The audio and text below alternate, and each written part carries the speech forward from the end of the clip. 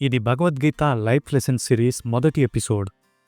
Chapter 1 శ్లోకం 1ను మనం ఈ వీడియోలో తెలుసుకోబోతున్నాం. ఒక రాజు ఓ పవిత్ర యుద్ధభూమిలో ఇలా అడిగాడు, నా కొడుకులు పాండవులు అక్కడ ఏం చేస్తున్నారు సంజయ?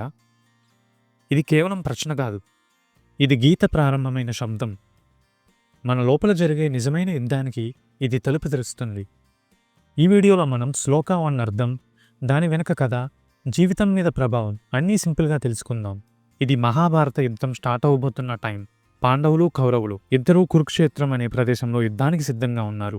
ధృతరాష్ట్రుడు అనే అందరాజు తన సేవకుడు సంజయుడిని ఇలా అడుగుతున్నాడు, ఓ సంజయ, ధర్మభూమి అయిన కురుక్షేత్రంలో యుద్ధానికి సిద్ధమైన నా కొడుకులు పాండవులు ఏం చేస్తున్నారు? అసలు విషయం ఏమిటంటే, ధృతరాష్ట్రుడికి లోపల భయం ఉంది. తాను చేసిన అన్యాయం గుర్తొస్తుంది. పాండవుల రాజ్యాన్ని లాక్కుని తన కొడుకులకి ఇచ్చాడు. కానీ ఇప్పుడు వాళ్ళు ధర్మభూమిలో యుద్ధానికి రెడీగా ఉన్నారు. ఈ పవిత్ర ప్రదేశం వాళ్ళ మనసులో మంచి ఆలోచనలు తీసుకురావడం వల్ల వాళ్ళు యుద్ధం మానేస్తారేమో అన్న భయం రాజుకు వచ్చింది. అలా అయితే తన కొడుకులకి రాజ్యం పోతుంది కదా.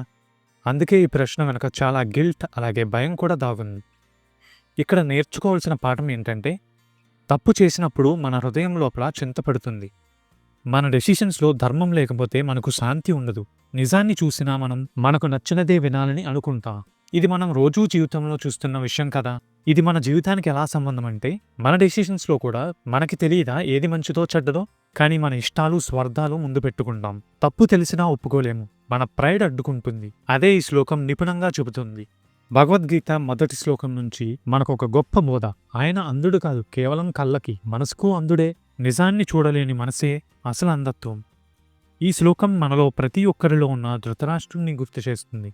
ఇది భగవద్గీత లైఫ్ లెసన్ సిరీస్లో ఫస్ట్ ఎపిసోడ్. మీకు ఈ శ్లోకం మీద ఏమైనా ఆలోచనలున్నా కామెంట్స్లో చెప్పండి. ఇలాంటి వీడియోలు మిస్ అవ్వకూడదంటే మా ఛానల్ సబ్స్క్రైబ్ చేయండి. ఈ వీడియో నచ్చితే లైక్ కొట్టండి, బెల్ ఐకాన్ కూడా యాక్టివేట్ చేయండి. జై శ్రీకృష్ణ.